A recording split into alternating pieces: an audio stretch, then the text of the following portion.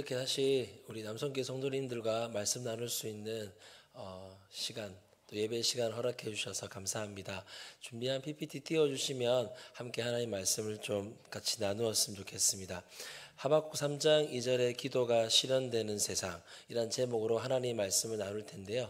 먼저 준비한 영상 함께 보고 하나님 말씀 이어가도록 하겠습니다. 봄이 지나면 여름이 오고 여름이 지나면 가을이 옵니다. 가을이 지나면 겨울이 오고 겨울이 지나면 부흥의 계절이 옵니다.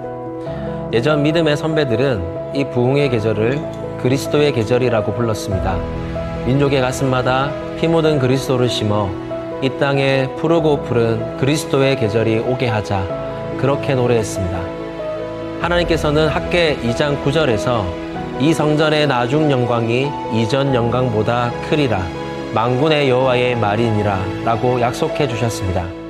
하지만 솔직히 이 말씀이 우리의 현실과는 멀게 느껴질 때가 많았습니다.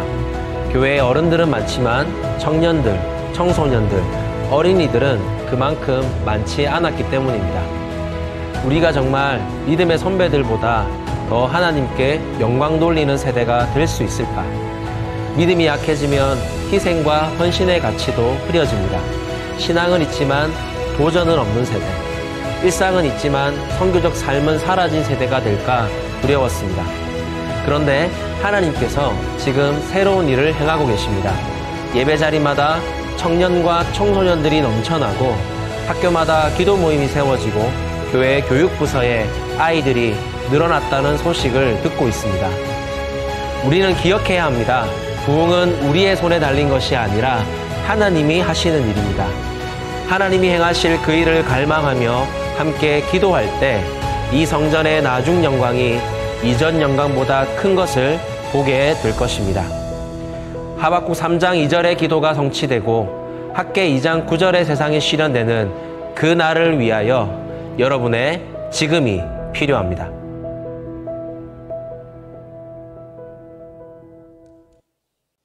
네, 접니다. 봄이 지나면 여름이 오고 여름이 지나면 가을이 옵니다. 가을이 지나면 겨울이 오고 겨울이 지나면 부흥의 계절이 옵니다. 예전 믿음의 선배들은 부흥의 계절을 그리스도의 계절이라고 불렀습니다.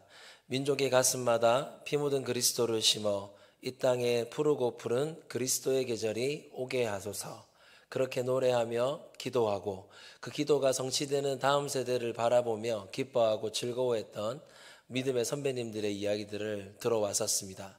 이제 우리의 기도와 우리의 중심이 주님께 드려져야 될 때인 줄 믿습니다. 하박국 3장 2절의 말씀을 한 번 더 크게 읽도록 하겠습니다. 시작.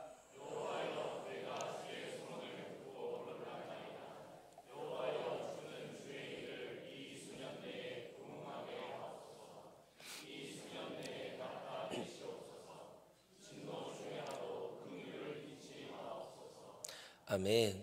하박국 선지자는 요시야 왕 때 그 사역을 시작해서 요아하스 왕까지 선지자로서 사역했던 선지자 중에 한 명입니다. 하박국 선지자는 오늘 본문 말씀에서 굉장한 기대와 열망과 소망을 가지고 하나님께 이 땅에 부흥을 달라고 기도하고 있습니다. 구약과 신약을 통틀어서 이 부흥케 해달라는 부흥이란 단어가 유일하게 쓰인 곳이 여기 이 본문입니다. 그런데 이 하박국 선지자가 요시야 왕 때는 종교개혁을 경험하며 일종의 부흥이라 말할 수 있는 시대의 경험들을 가지고 있었지만 다시 요아하스 왕에 이르러서는 엄청나게 타락하고 하나님을 떠난 시대를 경험하게 됩니다. 선지자로서 종교개혁이 일어난 시대를 경험함과 동시에 그가 사역을 했던 그 말년에는 하나님의 백성들이 타락하고 우상을 섬기고 하나님을 떠나고 공의가 무너진 세상을 그가 동시에 경험하기도 하였습니다. 그래서 하박국 선지자는 먼저 1장 13절에서 이렇게 고백하고 기도하고 있습니다. 주께서는 눈이 정결하심으로 악을 참아 보지 못하시며 패역을 참아 보지 못하시거늘 어찌하여 거짓된 자들을 방관하시며 악인이 자기보다 의로운 사람을 삼키는데도 잠잠하시나이까.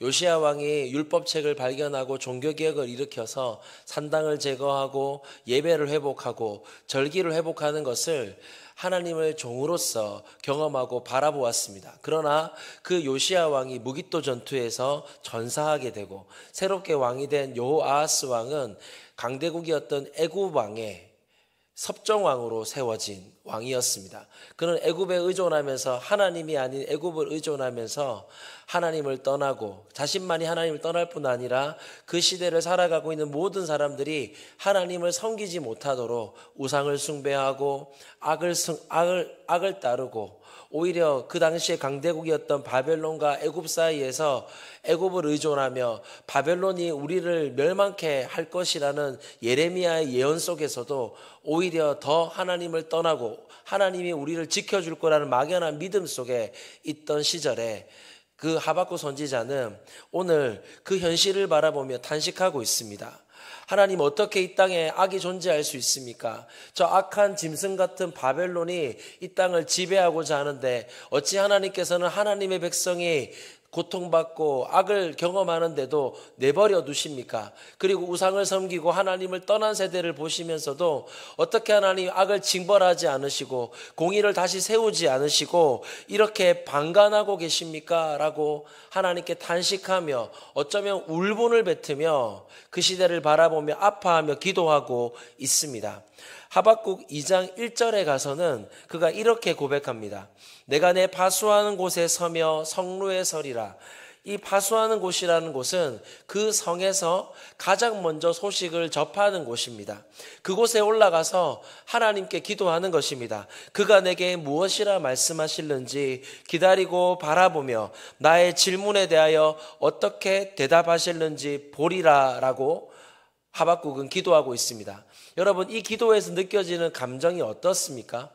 지금 담대하게 기대하고 소망하는 모습으로 기다리고 바라본다는 것입니까? 아니면 하나님 한번 응답해 보시지요. 어떻게 하나님 살아계시다 말씀하시는 하나님께서 정말 이 땅을 통치하시고 왕 되시다고 말씀하시는 하나님께서 계신데 어떻게 이 땅에 이와 같은 문제들이 벌어지고 교회가 영광을 돌리지 못하고 오히려 주님의 영광이 땅에 떨어진 것 같은 이 시대를 보게 하십니까? 하나님 한번 말씀해 주십시오. 살아계시다면 역사하신다면 우리에게 응답해 주십시오. 그렇게 기도하고 있습니다. 그랬던 하박국이 한 장이 지나가지 않아서 3장에 오게 되면 오늘 본문 말씀의 기도를 드리고 있는 것입니다. 오늘 이 말씀에서 여러분 어떤 감정선이 느껴지십니까? 여호와여, 내가 주의 소문을 듣고 놀랐나이다. 여호와여, 주는 주의 일을 이 수년 내에 부응하게 하옵소서. 이 수년 내에 나타내시옵소서. 진노 중에라도 긍휼을 잊지 마옵소서. 부응케 해달라고 하나님 역사해 주셔서, 성령님 역사해 주셔서 우리 교회를 부응케 하여 주시옵소서. 그렇게 기도합니다. 근데 이 기도의 감정은 조금 전에 보았던 그런 원망과 탄식과 억울함과 분노에 의한 기도가 아니라 정말로 기대와 열망을 담고 있습니다. 주님께서 행하신 일을 기억하며 역사 가운데, 과거 가운데 하나님이 행하신 일들을 기억하며 오늘 이곳에도 그 역사를 일으켜 주시옵소서. 하나님, 우리가 교회사 가운데 보았던 그 부흥의 순간들을 우리 교회 가운데 일으켜 주시옵소서. 그렇게 기도하고 있습니다. 어떻게 이렇게 하박국 선지자가 단시간 안에 변화를 겪을 수 있었을까요? 그 원망과 분노가 어떻게 사그라들고 그 중심과 심령 가운데 주님 행하실 일들에 대한 기대와 열망이 가득 찰 수 있었습니까? 우리는 지금의 시대를 살아가며 하나님께 어쩌면 원망하고픈 순간들을 마주할 때가 많습니다. 개인의 삶 가운데서 그러하지만 교회가 세상 가운데서 과거와 같지 못한 모습들을 많이 지켜보기 때문인 것 같습니다. 다음 세대가 교회 가운데 어른 성도들만큼 없는 것을 매주일마다 체감하고 느끼면서 어쩌면 하나님께서 이 시대 가운데 과거의 영광은 돌아오지 않을 것 같고, 하나님이 과거에 일으켰던 부흥의 순간들은 다시 이 시대에 일어나지 않을 것 같다는 막연한 믿음 없음이 우리를 지배하는 것 같습니다. 때문에 부흥을 위한 기도가 사그라들고, 주님께서 행하실 그 영광을 바라보며 기대하며 예배하고 기도하는 것들이 우리 가운데 사라지는 것은 아닌지 돌아보게 됩니다. 지금 우리의 기도는 하박국의 모습을 비추어 보았을 때 원망과 탄식과 분노 속에서 내일에 대한 기대보다 오늘을 버티기 위한 기도로 우리의 기도를 채우고 계시지 않습니까? 아니면 지금 이 하박국 3장 2절의 기도처럼 하나님 부흥케 해 주옵소서, 우리 힘으로 할 수 없지만, 우리는 그 일을 이룰 수 없지만 성령님 역사해 주시면, 하나님이 우리의 심령 가운데 말씀해 주시면, 하나님 역사해 주시면 이곳에 부흥이 임할 줄로 믿습니다. 부흥케 하여 주옵소서. 그렇게 기도하고 계십니까? 그러면 이 하박국은 어떻게 그 탄식과 아픔의 기도의 자리에서 열망과 기도의 자리로 나아갈 수 있었습니까? 어떻게 이와 같은 변화를 겪을 수 있었을까요? 심지어 하박국은 그 삶의 태도까지 바뀌어져 있습니다. 하박국 3장 17절 18절 말씀을 함께 읽겠습니다. 시작.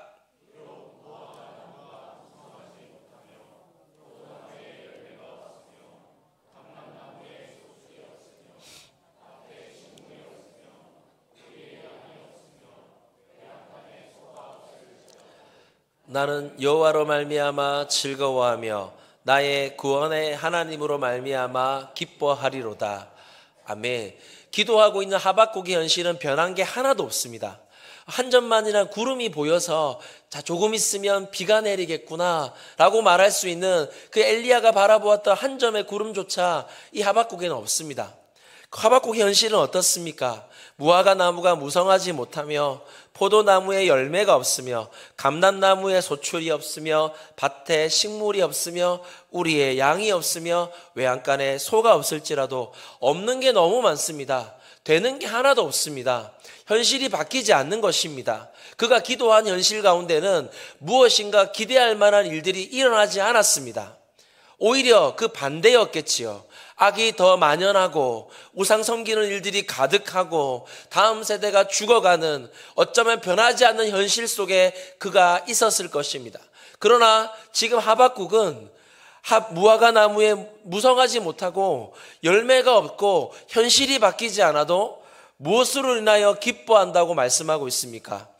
여호와로 말미암아 즐거워하며 구원의 하나님으로 말미암아 기뻐하리로다. 그는 믿음으로 선포하고 선언하고 있습니다. 바뀌지 않았지만 그의 기도가, 부흥을 향한 기도가 그의 삶의 태도까지 바꾸고 있는 것입니다. 여러분, 하나님의 사람들은 똑같은 세상을 살아가지만 현실을 사는 자들이 아니라 믿음을 사는 자들입니다. 세상 사람들은 현실을 보고 판단하고 객관적인 지표를 놓고 성공이냐 실패냐를 따지는 것이 일반적인 세상 사람들의 삶이겠지만, 그리스도인들은 똑같은 현실을 살아가지만 그 가운데 믿음의 고백을 가지고 삶의 태도를 바꾸어내는 자들인 줄로 믿으시길 바랍니다. 이와 같은 삶의 태도가 그의 삶의 정서와 감정과 삶의 모든 모습들을 바꾸어내었을 것입니다. 아무리 내 삶이 채워지지 않아도, 내 삶의 기도가 응답되지 않는 것 같아도 나는 기도를 포기하지 않으리라. 나는 새벽을 깨우리라. 나는 예배하리라. 나는 주님으로 인하여 즐거워하며 주님을 찬양하고 주님을 높여드리리라. 그렇게 말하며 살아가게 된 것입니다. 어떻게 이렇게 하박국 선지자가 바뀔 수 있었을까요? 그것은 2장에 하나님께서 이 하박국 선지자에게 커버넌트, 언약을 주셨기 때문입니다. 하나님이 일하는 방식을 우리는 잘 이해해야 합니다. 하나님께서는 이 땅에 먼저 그 나라를 성취하시기 위해서 하나님의 언약의 말씀을 주십니다. 그리고 그 언약의 말씀을 믿는 백성들을 통해 이 땅에 그 말씀이 실현되게 하십니다. 다시 한번 말씀드리겠습니다. 하나님께서는 하나님 나라를 성취하시기 위해 하나님의 약속의 말씀을 주십니다. 그리고 그 약속의 말씀을 믿는 자들을 통해 이 땅에 그 약속이 성취되는 세상을 보게 하십니다. 이 사실을 믿으십니까? 그 믿음을 가지고 우리 한번 이 언약의 말씀을 읽어보겠습니다. 시작!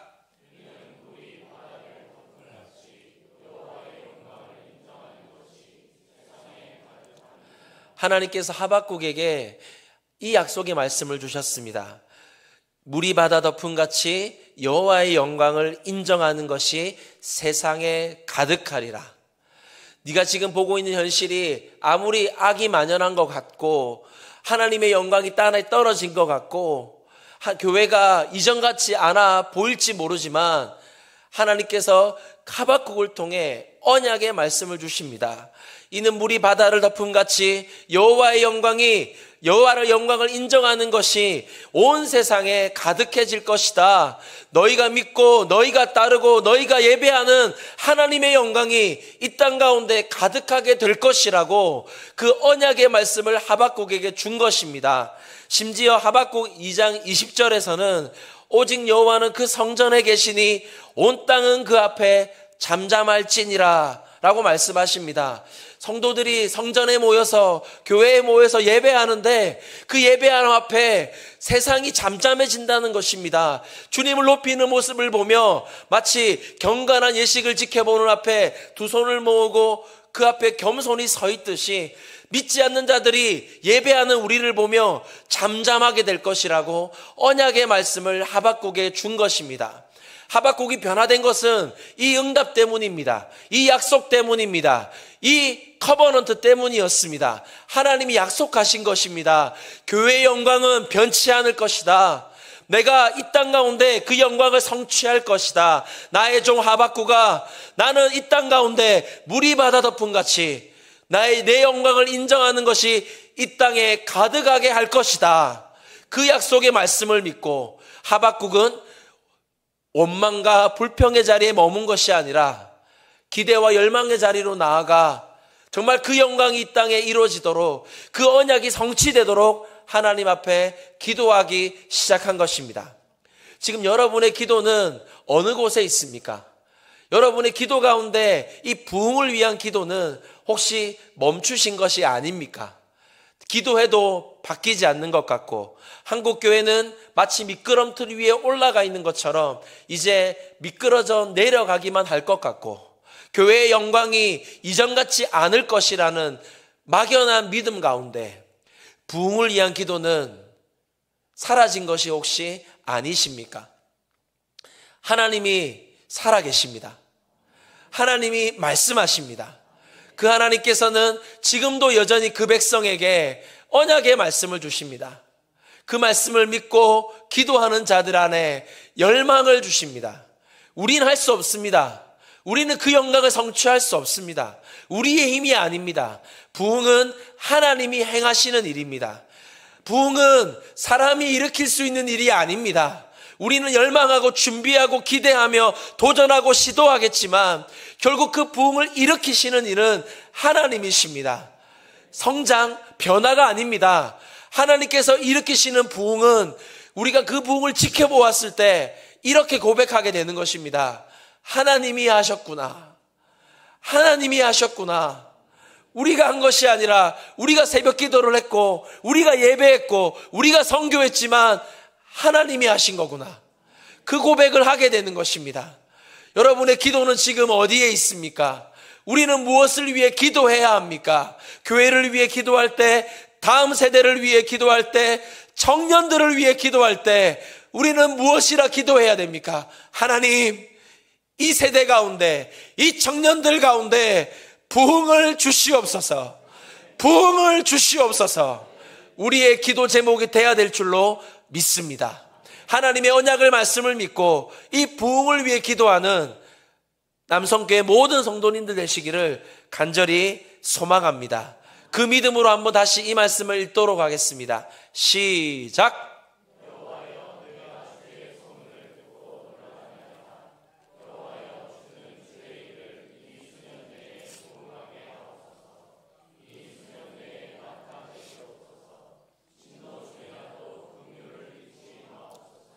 아멘. 하박국이 요시야 시절에 일어났던 종교개혁을 기억하며 주의 소문을 듣고 놀랐다고 고백하는 것은 그의 기도를 뒷받침하는 믿음이었습니다. 하나님께서는 이 땅 가운데 이미 부흥을 일으키셨습니다. 여러분 잘 알다시피 1907년에 한국 땅에 평양에서 부흥의 소식이 있었습니다.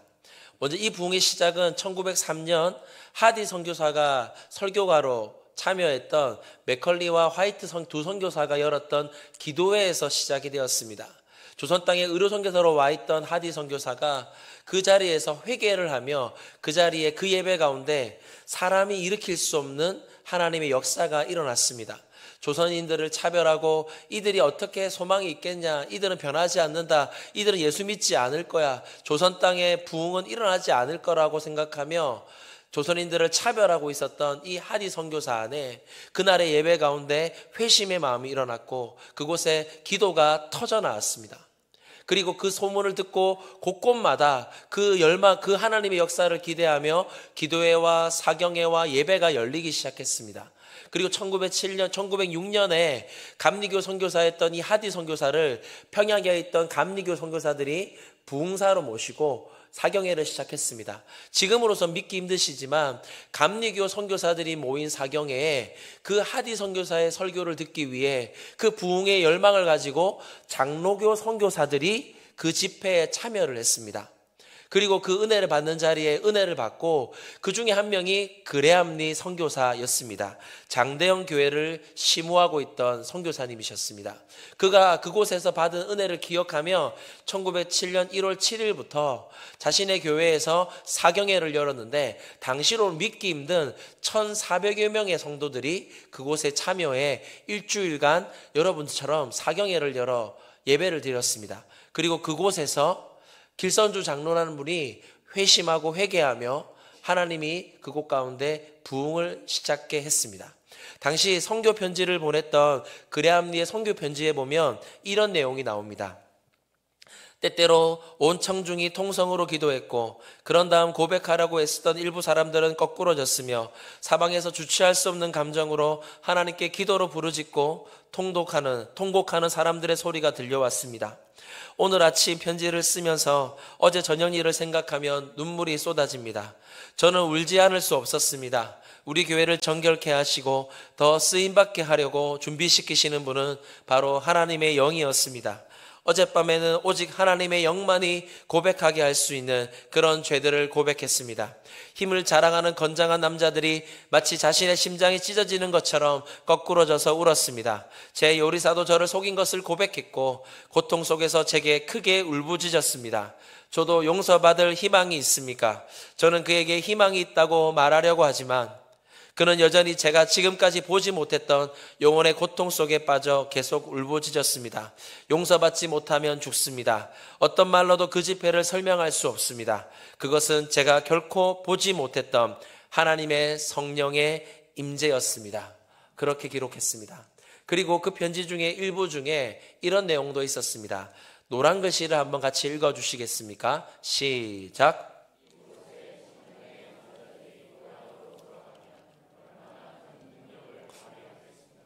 때로는 한 번의 예배가 모든 것이 될 때가 있습니다. 한 번의 예배가 그 인생을 완전히 바꿔낼 때가 있습니다. 한 번의 예배, 그 예배가 언제인지 우리는 알지 못하지만 그날이 1907년에 임했던 것입니다. 그리고 그 선교사님이 고백하는 겁니다. 이날이 이 예배를 드리고 이 말씀을 듣고 돌아간 그들 가운데 그들이 자신의 삶의 자리로 돌아가게 된다면 그곳에서 얼마나 큰 능력을 발휘하겠습니까? 그렇게 고백했습니다. 실제로 1898년에 장로교 교인의 숫자는 2,000명에 지나지 않았지만 1907년에 왔을 때 급격하게 인원이 늘어서 39,600명으로 폭발적인 교회가 성장을 이루게 됩니다. 한 논문에는 1897년에 전국에 있던 개신교인이 6,800명 정도가 되었다고 하는데요. 1907년에 72,000명으로 성도들이 늘어나게 되었고 1919년에는 14만 4천 명으로 그리고 1945년 광복을 맞이하던 당시에는 45만 명으로 기독교가 폭발적인 성장을 이루었습니다. 1919년에는 100만인 구령 운동이라고 해서 우리 민족에게 복음을 전하자, 100만 명의 성도가 일어나도록, 역사하도록 복음을 전하자, 이런 운동들이 한국 교회 가운데 일어나기도 했었습니다. 그 당시는 사회적으로 가장 암울한 때였습니다. 청일전쟁과 러일전쟁이 한국 땅 안에서 벌어지면서 수많은 물자들을 빼앗겨야 됐고, 여자들은 침탈을 당했고, 남자들은 전쟁터로 끌려갔습니다. 일제 식민지로 지배하에 들어가며 민족이 그 자존감을 잃어버리게 되었고, 아픔과 고통 속에 암울한 일제 식민 지배 치하를 살아가야 했던 때입니다. 어디에 소망이 있습니까? 어디에 여러분 희망이 있습니까? 그때에 우리의 믿음의 선배님들은, 우리의 할아버지, 할머니, 증조할아버지, 증조할머니들은 오직 예수만이 소망이심을 고백했습니다. 아무 소망도 없지만 유일한 소망은 예수 그리스도입니다. 그것을 고백하며 교회만이 희망이고 예수만이 희망이라고 소리치며 그 길이요 진리요 생명 되신 주께로 수많은 사람들이 나아오기 시작했던 것입니다. 김용희 선교사라는 분이 교도소 사역을 시작하시면서 저에게 그런 얘기를 하시더라고요. 소년원 수련회 사역을 제가 올해 2년 전부터 하고 있는데, 어쩌면 세상에서 범죄하고 특히 부산에 있는 오륜 정보학교란 곳에 있는 아이들은 소년 범죄 중에서 가장 심각한 범죄를 저지른 아이들이 오는, 시포 처분을 받은 아이들이 오는 소년원입니다. 거기 아이들에 대해서 사역을 하고 있다고 얘기를 했더니 하시던 말씀이, 그 아이들에게 쉽게 위로를 주면 안 된다. 그 아이들은 이미 세상에서 수많은 사람들을 괴롭히고 피해를 입히고 들어온 사람들이다. 쉽게 위로를 주면 그 피해를 받은 사람들에게 뭐가 되냐? 그 아이들 소망 없다. 그 잘 변하지 않는다. 그렇기 때문에 그들에게 유일한 소망은 예수밖에 없다. 그렇게 말씀하시더라고요. 정말 그런 시대였습니다. 어디에도 소망이 없지만 오직 예수만이, 오직 성경에 기록된 그분만이 소망이심을 고백하던 시절이었고, 그 예수를 붙든, 그 복음을 붙든 교회 가운데 하나님의 역사가 일어나 수많은 치유와 변화와 회심이 일어나 교회가 성장하고 부흥을 경험할 수 있었습니다. 일제 식민 지배가 끝이 나고 6.25 전쟁을 겪으며 피폐해지고 완전히 폐허가 된 한국 땅 가운데 선교사님들이 미국과 호주와 캐나다에 있는 교회들의 헌금을 모아 들어와서 병원을 짓고 교회를 짓고 고아원을 짓고 학교를 지으며 한국이 다시 일어설 수 있었습니다. 그 시절에 다시 한번 한국교회는 큰 성장을 경험하였고, 수많은 믿는 자들이 전국에 생겨나게 되면서 1970년도에 1973년도에 빌리 그레함 전도 집회, 또 1971년도와 74년에 익스플로, 1980년에 나는 찾아낸 새생명 집회와 같은 100만 명이 한자리에 모이는 집회들이 한국 땅에 일어났습니다. 당시 한 방송에 나오셨던 김중곤 목사님이라는 CCC의 총재로 계셨던 목사님이 한 방송, 라디오 방송에서 그렇게 고백했습니다. 민족의 가슴마다 피 묻은 그리스도를 심어 이 땅에 푸르고 푸른 그리스도의 계절이 오게 하자. 민족 복음화의 꿈을 이야기했습니다. 당시를 살아내었던 지금의 60대, 또 50대, 어쩌면 50대 후반, 60대, 70대 초반에 계신 분들의 이야기를 들어보면 당시 청년으로 있던 분들이 당시 5글자만 얘기하면 가슴이 터질 것 같았다고 하더라고요. 그 5글자가 민족 복음화였습니다. 민족 복음화라고 말하면 가슴이 터질 것 같았다 라고 하시더라고요. 그 시절에 그렇게 복음을 외친 분들이 저녁에 모여서 집회를 하고 오전 오후에는 전도 훈련을 받아서 가는 곳마다 복음을 전하며 지금의 한국교회의 성장이 있을 수 있었습니다. 1988년에 여러분 한국에 큰 사건이 하나 있었지요. 서울 올림픽이었습니다. 이 올림픽을 겪으며 한국교회가 깨달은 것이 있습니다. 아, 복음을 전해야 할 대상이 민족만이 아니라 전 세계에 있구나. 저 전 세계를 향해서, 저 많은 민족들을 향해서 복음을 전해야 되는구나. 그렇게 해서 선교단체들이 함께 연합해서 청년들을 깨우자고 선교 한국이라는 집회, 캠프가 2년 주기로 열렸습니다. 수천 명의 청년들이 모인 자리에서 청년들을 향해서 그렇게 결단을 했습니다. 많은 은혜를 끼치고 복음의 말씀을 듣고 예수 그리스도를 믿게 된 청년들을 향해서 장기 선교사로 나가자고 고백을 시킨 것이죠. 여러분 한번 여쭤보겠습니다. 이번에 단기 선교를 갔다 왔다고 들었습니다. 우리 청년분들 혹시 이 중에 장기 선교사로 하나님 앞에 헌신할 자가 있으십니까? 라고 물으면 손들라는 건 아니고요. 라고 물으면 손들기가 사실 쉽지 않지 않습니까? 그럼 한번 그런 선교사로 나가실 분 있다면 자리에서 한번 일어나시겠습니까? 라고 하면 일어나는 게 쉽지 않지 않습니까? 이렇게 얘기하는데 한 교회를 갔더니 청년 2명이 일어나더라고요. 깜짝 놀랐습니다. 쉽지 않은 일인데 이 선교왕국 집회에서 그렇게 결단했습니다. 하나님을 위해서 평생을 바쳐 헌신해 혹 목숨을 잃을지라도 저 오지로 나가 복음을 전할 청년들이여 한번 자리에서 일어나십시오 했는데 수천 명이 자리에서 일어났습니다. 그리고 그들이 지금의 선교지로 파송을 갔습니다. 그러면서 한국교회는 전 세계 인구 대비 선교사 파송 1위 국가 1만 명이 넘는 선교사들을 파송 보낼 수 있는 나라가 되었습니다. 밀레니엄 시대에 한국교회에 소망이 없고 청년들이 정말 포스트 모더니즘에 빠져서 진리를 추구하지 않는다.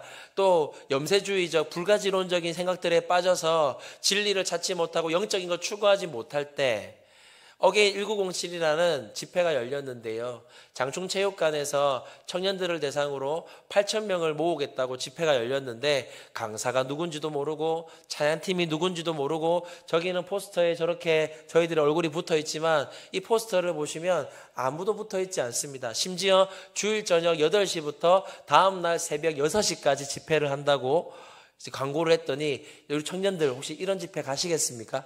한번 가볼까요? 쉽지 않지 않습니까? 되게 쉬운 얼굴이시긴 합니다. 쉽지 않은 집회인데요. 이 집회에 8,000명이 모였습니다. 그리고 그 소식들이 당시에 버디버디, 네이트온, 싸이월드 이런 것들을 타고 익숙하지 않으신 이름이겠지만 그런 이름들을 타고 소식이 퍼져나가며 전국의 30개 지역에서 동일한 청년들의 집회가 열리는 일도 있었습니다. 부산 땅도 마찬가지였지요. 2007년 그리고 2009년, 2014년 이렇게 모여서 하나님께 부흥을 열망하며 기도했었습니다. 2014년에 비가 그렇게 내리는데도 김용희 선교사님이 설교하시면서 그렇게 이야기하셨습니다.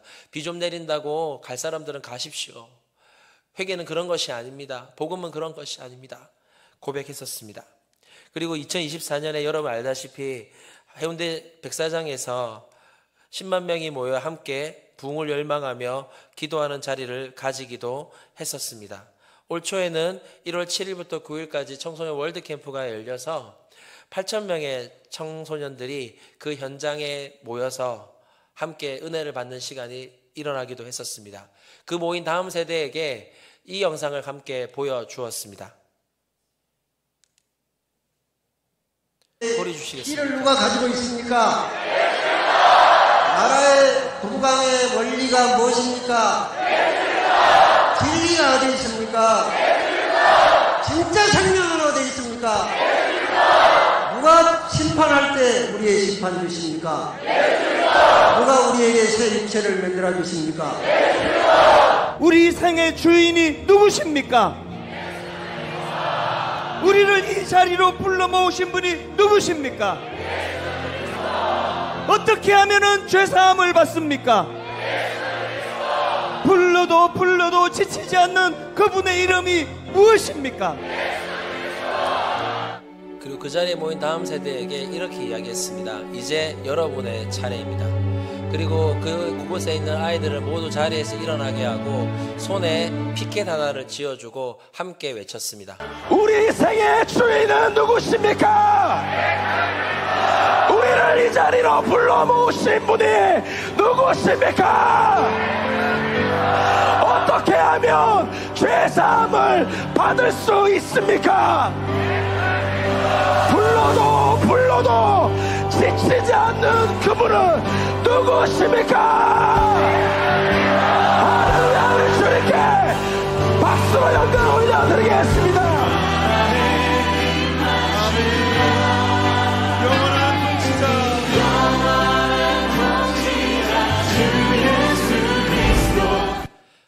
말씀을 함께 읽도록 하겠습니다. 시작.